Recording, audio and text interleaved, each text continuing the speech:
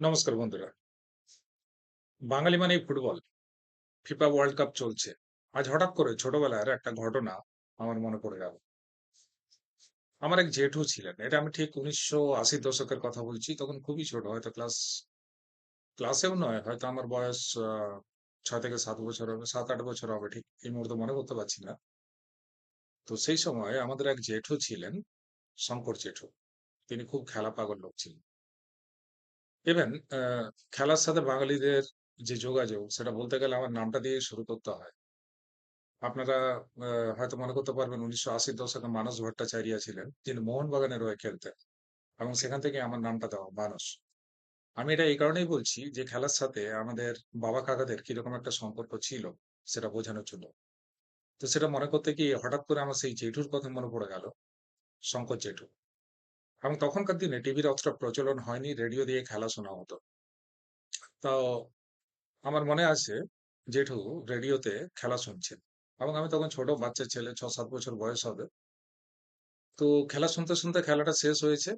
তখনকার দিনে ধারাভাষ্যকাররা বাংলাতেই বলতেন। বেসিক্যালি ফুটবলের যে সমস্ত ধারাভাষ্য দেওয়া হতো সেগুলো বাংলাতেই ছিল। তো খেলাটা শেষ হওয়ার পরের মুহূর্তে যিনি ধারাভাষ্য দিচ্ছিলেন তিনি এই বলে শেষ করলেন যে, "খোদা হাফিজ।" আমি বাচ্চা ছেলে, সেই মুহূর্তে বুঝতে পারিনি। তো আমি আমার জেঠুকে গিয়ে জিজ্ঞেস করলাম। জেঠু ওখানেই বসছিলেন। আমি ওনাকে জিজ্ঞেস করলাম যে, "জেঠু আ খোদা হাফিজ মানে কি?" বাচ্চাদের একটা কিউরিওসিটি থাকে। যেকোনো নতুন শব্দ তারা জিজ্ঞেস করে যে, "এটার মানে কি?"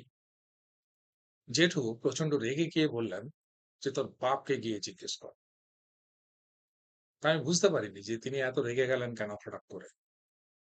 এবং পরে যেটা বুঝতে পারলাম যে ইস্টবেঙ্গল এবং মোহনবাগানের খেলা হচ্ছিল। তিনি তো মোহনবাগানের একদম পাড় সাপোর্টার। মানে ওটা ছাড়া কাউকে কল্পনাই করতে পারেন। তো সেই ম্যাচটাতে যেভাবেই হোক মোহনবাগান ইস্টবেঙ্গলের কাছে হেরে যায়। এবং তার সাথে আমি জিজ্ঞেস করে ফেলি যে খুদা হাফিজের মানে কি? আমি অন্য কোনো মিনিং এ যাচ্ছি না। আমি যে সিচুয়েশনটা ঘটেছে এবং বাঙালিদের সাথে খেলার যে একটা কি নিবিড় সম্পর্ক ছিল, সেটা বোঝানোর জন্যই কথাটা বলছি।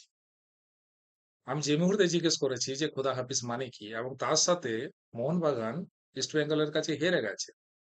তাহলে অবশ্যই তিনি পাড় সমর্থক, তার কাছ থেকে এ ধরনের রিঅ্যাকশন ছাড়া আর কি বা আশা করা যেতে পারে?